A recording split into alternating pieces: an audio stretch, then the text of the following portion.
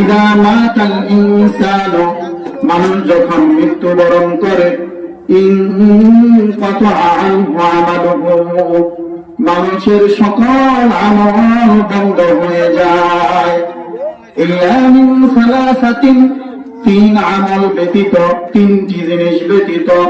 এক নাম্বার হলো ইল্লা মিন সাদাকাতিন, এক নাম্বার হলো সাদকায়ে জারিয়া। এক নাম্বার কি? কথা বলেন, এক নাম্বার কি? সাদকায়ে জারিয়া।